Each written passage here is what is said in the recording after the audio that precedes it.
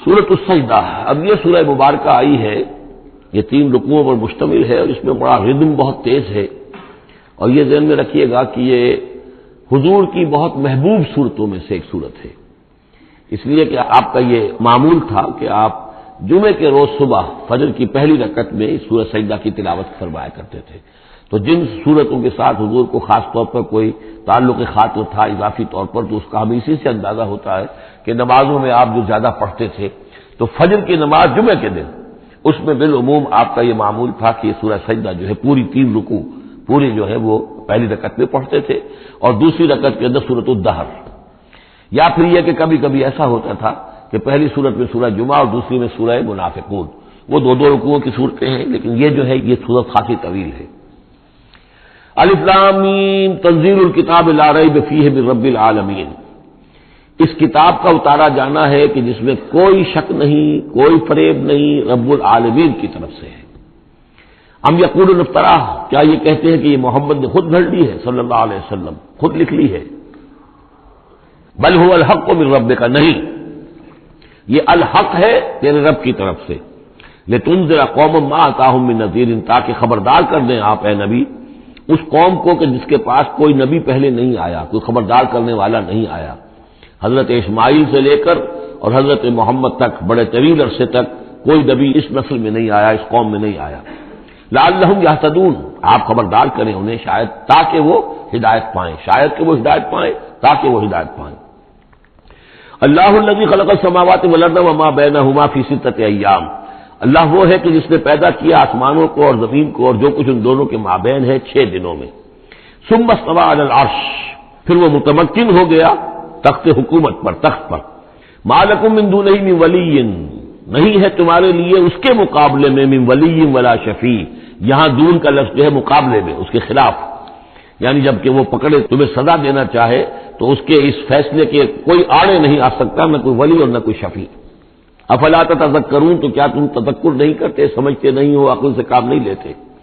یدبر الامر من السماء الى الارض، وہ تدبیر کرتا ہے امر کی آسمان سے زمین کی طرف۔ ظاہر بات ہے کہ اللہ تعالیٰ کے جو فیصلے ہوتے ہیں، اور اس میں ایک تو ہے 1000 سال کا ایک نقشہ ہے جو اللہ بناتا ہے، پلاننگ ہے، جو اللہ کا ایک دن ہے، لیکن یہ کہ ہمارے حساب سے جو 1 سال ہے، اس کے لیے بھی جو لیلۃ القدر آتی ہے، وہ در حقیقت وہ اس سال کا بجٹ سیشن ہے کہ اس 1000 سال میں سے اس سال کے اندر کیا کیا ہونا ہے۔ تو اس طریقے سے اللہ تعالیٰ کا جو عالمی حکومت کا نظام ہے، اس میں اس طریقے کی پلاننگ ہے۔ یدبر الامر من السماء الى الارض، وہ تدبیر کرتا ہے اپنے امر کی آسمان سے زمین کی طرف، فرشتے اترتے ہیں احکام کو لے کر کہ اب یہ کام یہاں پر ہونے ہیں، یہ امپلیمنٹیشن ہونی ہے۔ ثم یعرج الیہ، پھر وہ چڑھتا ہے اس کی جانب، جب یہ کام ہو گئے تو رپورٹیں جو ہیں وہ اللہ تعالیٰ کی جناب میں پھر پیش ہونے کے لیے جا رہی ہیں۔ فی یوم، اور یہ سارا معاملہ ہے ایک دن میں، مقدارہ 1000 سنۃ مما تعدون، جس کی مقدار ہے تمہارے حساب سے جو تم گنتی کرتے ہو تو 1000 برس۔ اب یہ سورہ حج میں بھی یہ آیت آ چکی ہے، ان یوما عند ربک کالف سنۃ مما تعدون، تیرے رب کا ایک دن جو ہے وہ تمہارے حساب کے 1000 سال کے برابر ہے۔ اور یہاں پر بھی یہ آ گیا کہ یہ تدبیر امر کے سلسلے میں اس کائنات میں جو بھی اللہ تعالیٰ کا فیصلہ ہوتا ہے تو وہ ہر 1000 سال کے لیے اس کا ایک نقشہ بن جاتا ہے۔ ذالک عالم الغیب والشہادۃ، وہ ہے، وہ ہستی ہے جاننے والی ہر چھپی چیز کی اور ہر سامنے کی چیز کی، العزیز جو زبردست ہے، الرحیم رحم فرمانے والی ہے۔ الذی احسن کل شیء خلقہ، جو شے بھی اس نے بنائی بہت خوبصورت بنائی، بہت عمدہ بنائی، اس کی خلقت میں کوئی نقص تم نہیں دکھا سکتے، کہیں کوئی کوتاہی نہیں دکھا سکتے۔ وبدأ خلق الانسان من طین، اور انسان کی تخلیق کا آغاز کیا گارے سے۔ یہ تخلیق کا آغاز تو گارے سے ہوا، یا تو یہ کہ وہ آدم کی تخلیق جو ہے وہ جو جن مراحل سے ہو کر گزری ہے اس کو ہم کئی دفعہ دیکھ چکے ہیں، یا جیسے کہ میں نے سورہ مومنون کے شروع میں عرض کیا کہ خود ہر انسان کی بھی جو تخلیق ہو رہی ہے اس کا بھی اصل تو جو ہے کہ باپ کے جسم میں جو نطفہ بن رہا ہے تو وہ بھی تو ظاہر بات ہے کہ زمینی جو غذا ہے اور وہ مٹی ہی کی کشید جو ہے وہی چیزیں ہیں کہ جس کے ذریعے سے وہ اس کا نطفہ بنتا ہے۔ لیکن اس کے بعد ثم جعل نسلہ من سلالۃ من ماء مہین، پھر یہ جو نسل چلی ہے آدم کی علیہ الصلوۃ والسلام، اب یہ چلی ہے اس بے قدر پانی کی، نچڑا ہوا پانی جو ہے سلالۃ من ماء مہین، اس سے اب یہ نسل آگے چل رہی ہے۔ پہلا مرحلہ آدم کا مٹی سے آدم تک، اب آدم سے آگے جو تناسل کا معاملہ چل رہا ہے، نو انسانی کا ریپروڈکشن جس نظام سے ہو رہی ہے، اس کا یہ نسل جو ہے اس میں یہ ذریعہ بن رہا ہے۔ ثم سواہ ونفخ فیہ من روحہ، اب یہاں سما جو آ رہا ہے گویا کہ نسل انسانی میں سے جو بھی کوئی ایک بچہ جو ہے اس کو اللہ تعالیٰ اس کی نوک پلک سنوار دیتا ہے، ونفخ فیہ من روحہ، اور اس میں پھر پھونکتا ہے اپنی روح میں سے۔ یہ میں عرض کر چکا ہوں کہ یہ حدیث نبوی سے جو بڑی پختہ حدیث ہے حضرت عبداللہ ابن مسعود رضی اللہ تعالیٰ عنہ سے، اس میں یہ ہے کہ 40 دن نطفے کی شکل ہے، 40 دن مضغہ ہے، بلکہ درمیان میں علقہ ہے، اور پھر 120 دن کے بعد اللہ تعالیٰ فرشتے کو بھیجتا ہے جو اس میں روح پھونکتا ہے۔ وَنَفَخَ فِيهِ مِن رُوحِهِ وَجَعَلَ لَكُمُ السَّمْعَ وَالْأَبْصَارَ وَالْأَفْئِدَةَ، اور اس نے تمہارے لیے بنا دیے ہیں کان بھی اور آنکھیں بھی، اور تمہیں عقل بھی دی ہے، یا دل بھی، جو بھی چاہے کہہ لیں، اس لیے کہ دل کی بھی ایک عقل ہے اور ایک عقل حیوانی ہے۔ قَلِيلًا مَا تَشْكُرُونَ، بہت ہی کم ہے جو شکر تم کرتے ہو۔ وَقَالُوا أَإِذَا ضَلَلْنَا فِي الْأَرْضِ أَإِنَّا لَفِي خَلْقٍ جَدِيدٍ، اور یہ کہتے ہیں کہ جب ہم زمین میں گم ہو جائیں گے، رل مل جائیں گے، مٹی ہو کر مٹی میں مل جائیں گے، تحلیل ہو جائیں گے، اور آج کا کوئی نوجوان کہے گا جب کہ اس کے تو ایٹم جو ہے وہ بھی منتشر ہو گئے، اس کے الیکٹرانز بھی پتہ نہیں کہاں سے کہاں گئے، اب اسی کے جسم سے کھاد بن گئی ہے، وہ اس کا جسم کھاد بن گیا ہے، اور وہ کھاد جو ہے وہ پلانٹس کے اندر آ گئی ہے، اور وہ پلانٹس جو ہے وہ بکری نے کھا لیے ہیں، اور بکری سے کہیں سے کہاں پہنچ گئے، کیسے جمع ہوں گے اس کے اجزاء۔ وَقَالُوا إِذَا ضَلَلْنَا فِي الْأَرْضِ، جب ہم زمین کے اندر گم ہو جائیں گے، کھوئے جائیں گے، أَإِنَّا لَفِي خَلْقٍ جَدِيدٍ، کیا پھر ہمیں ایک نئی تخلیق جو ہے عطا ہو جائے گی۔ بل ہم بلقاء ربہم کافرون، حقیقت میں یہ اپنے رب کی ملاقات کا انکار کر رہے ہیں، کیونکہ انہیں معلوم ہے کہ ان کے کرتوت کیا ہیں۔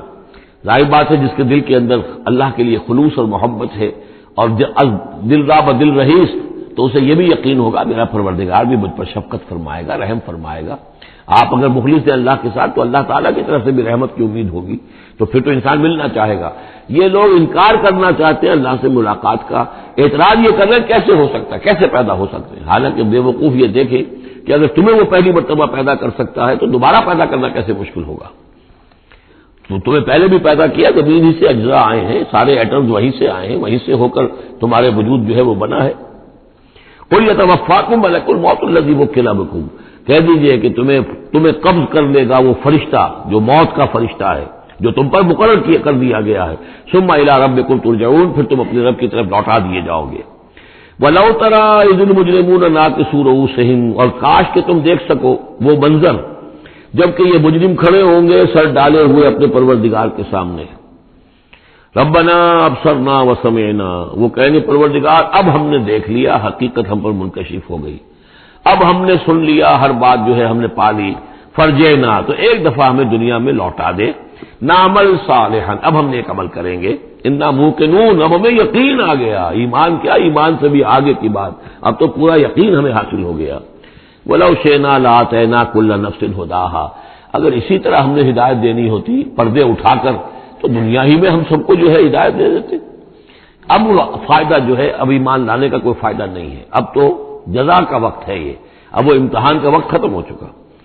وَلَوْ شِئْنَا لَآتَيْنَا كُلَّ نَفْسٍ هُدَاهَا وَلَٰكِنْ حَقَّ الْقَوْلُ مِنِّي،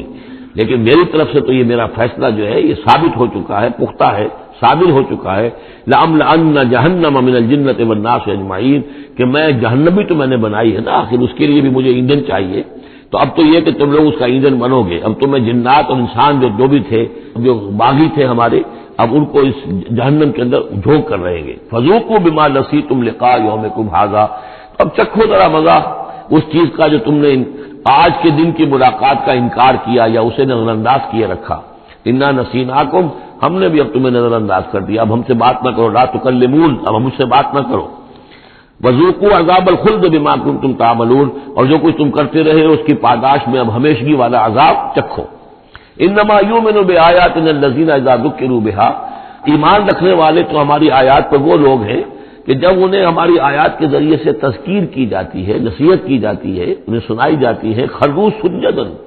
وہ سجدے میں گر پڑتے ہیں، وہ سبحوا بحمد ربہم، اور وہ اپنے پروردگار کی حمد کے ساتھ تسبیح کرتے ہیں، وہم لا یستکبرون، اور وہ گھمنڈ نہیں کرتے، تکبر نہیں کرتے۔ یہ آیت سجدہ ہے۔ تتجافی جنوبہم عن المضاجع، رات کے اوقات میں ان کے پہلو بستروں سے دور رہتے ہیں، علیحدہ رہتے ہیں رات کو، یبیتون لربہم سجدا وقیاما، ایک تو وہ شخص ہے کہ جو ساری رات پاس ہوتا رہتا ہے، اور ایک وہ ہے کہ جو وقفے وقفے سے اٹھتا ہے، اللہ کو یاد کرتا ہے، کبھی کھڑا ہے کبھی سجدہ کر رہا ہے۔ تو ان کے پہلو جو ہیں وہ ان کے بستروں سے علیحدہ رہتے ہیں۔ یدعون ربهم خوفا وطمعا، اپنے رب کو پکارتے رہتے ہیں، دعا کرتے رہتے ہیں اپنے رب سے، خوف کے ساتھ بھی اور طمع کے ساتھ بھی۔ انہیں امید بھی ہوتی ہے، لالچ بھی ہوتا ہے کہ اللہ تعالیٰ رحم فرمائے، مغفرت فرمائے، لیکن ڈر بھی رہتا ہے کہ کہیں ہماری پکڑ نہ ہو جائے۔ وَمِمَّا رَزَقْنَاهُمْ يُنْفِقُونَ، اور جو کچھ ہم نے انہیں دیا ہے اس میں سے پھر وہ خرچ کرتے ہیں ہماری رضا جوئی کے لیے۔ فَلَا تَعْلَمُ نَفْسٌ مَّا أُخْفِيَ لَهُم مِّن قُرَّةِ أَعْيُنٍ، تو کسی جان کو نہیں معلوم، کسی انسان کو نہیں معلوم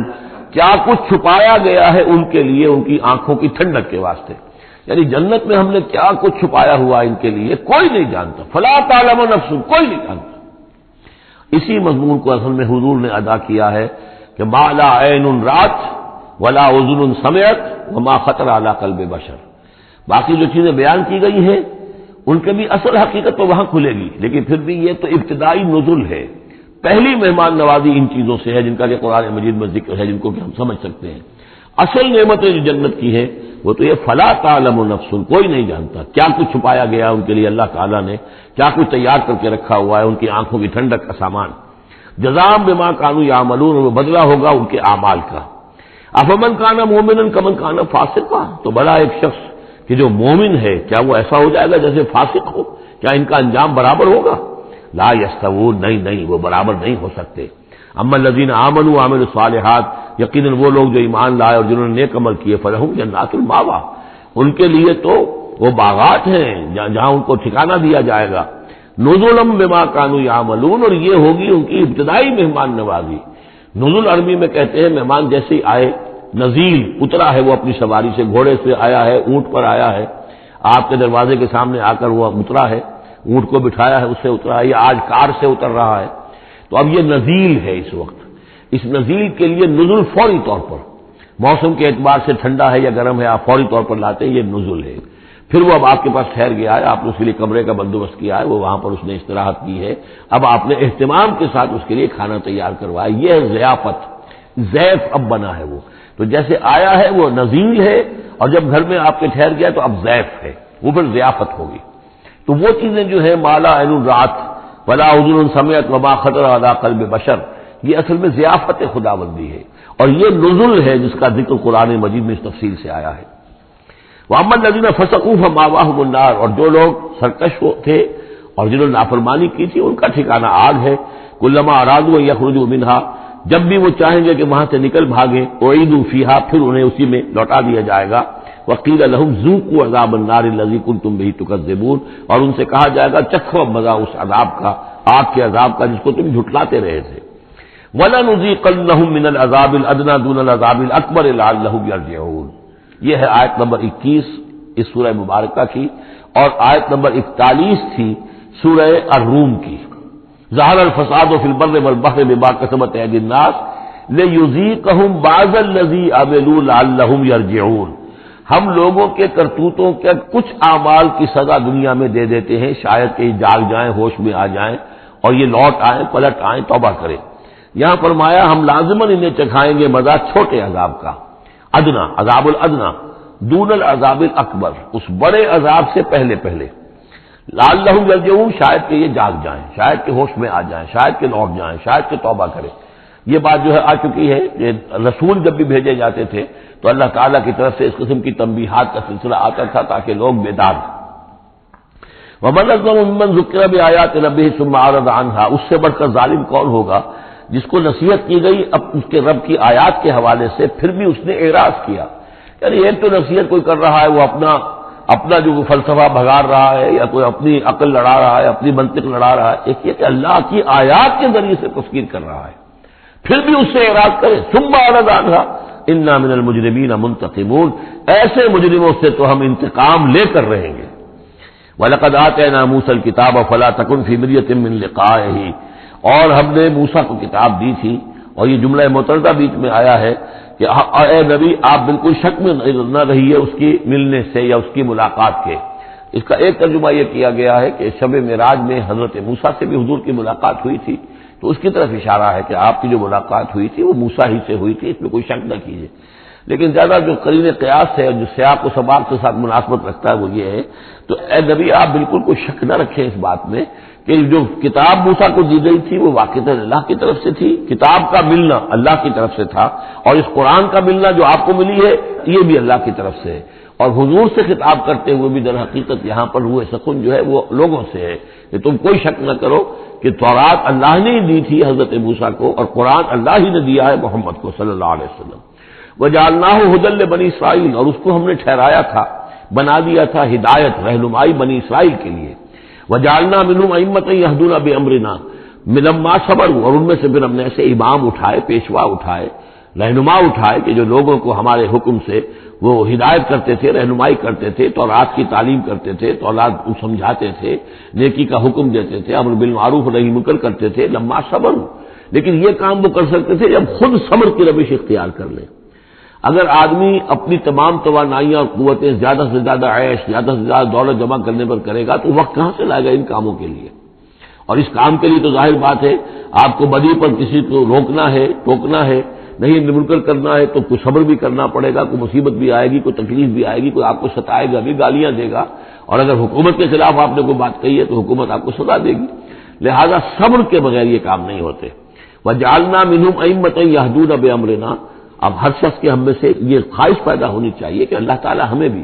اگر بنی اسرائیل میں سے اللہ تعالیٰ نے بہت سے لوگ ایسے اٹھا دیے جن کی یہ تعریف کی جا رہی ہے، جعلنا منہم ائمۃ یہدون بامرنا لما صبروا، اللہ تعالیٰ ہمیں توفیق دے کہ ہم بھی اس امت مسلمہ میں اسی کام کے کرنے والے بن جائیں، تاکہ لوگوں کو خیر کی طرف بلائیں، حق کی طرف دعوت دیں، لیکن اس کے لیے اپنے لیے صبر اختیار کرنا ضروری ہے۔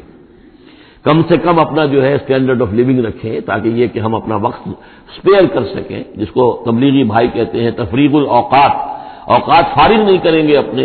سارا وقت تو لگا ہوا ہے آپ پیسہ کمانے میں، اس لیے کہ اس کے ایک خاص قسم کا معیار زندگی بنا لیا ہے، اور اس کو مینٹین کرنے کے لیے اب جتنا کچھ آپ کو چاہیے، اب دن رات ایک کریں گے تو آپ اپنے اس معیار زندگی کو مینٹین کر سکتے ہیں، گویا کہ اب ہم اس معیار زندگی کو پوج رہے ہیں، ہمارے پاس اب وقت ہی نہیں ہے، صلاحیت کہاں لگائیں، کس وقت میں لگائیں، کیا کام کریں، لیکن صبر کی روش ہوگی اور پھر قرآن مجید کے ساتھ وہ تعلق ہوگا تو پھر انشاءاللہ تعالیٰ اللہ تعالیٰ نے انسان میں بڑی صلاحیتیں رکھی ہیں، بڑی قوتیں رکھی ہیں، مسجود ملائک بنایا ہے، اللہ کے کریشن کا کلائمیکس ہے یہ، تو اللہ تعالیٰ کی یوں سمجھیے کہ تخلیق کا نقطۂ عروج ہے، تو اس کے اندر صلاحیتیں ہیں، آدمی ارادہ کر لے، ہمت کرے، فیصلہ کر لے تو پھر یہ کہ اللہ تعالیٰ جو ہے اس کے لیے راستے کھول دیتا ہے۔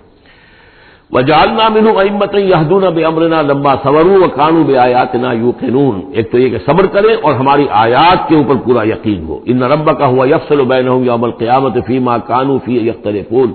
یقیناً آپ کا رب فیصلہ کرے گا ان کے مابین قیامت کے دن ان تمام چیزوں میں جن میں یہ اختلاف کر رہے تھے۔ أَوَلَمْ يَهْدِ لَهُمْ كَمَا أَهْلَكْنَا مِنْ قَبْلِهِمْ مِنَ الْقُرُونِ يَمْشُونَ فِي مَسَاكِنِهِمْ، کیا ان کے لیے یہ بات کافی نہیں ہوئی، ان کی رہنمائی کے لیے، ان کو سبق دکھانے کے لیے کہ ان سے پہلے ہم نے کتنی ہی بستیوں کو اور کتنی ہی نسلوں کو جو ہے ہلاک کیا ہے،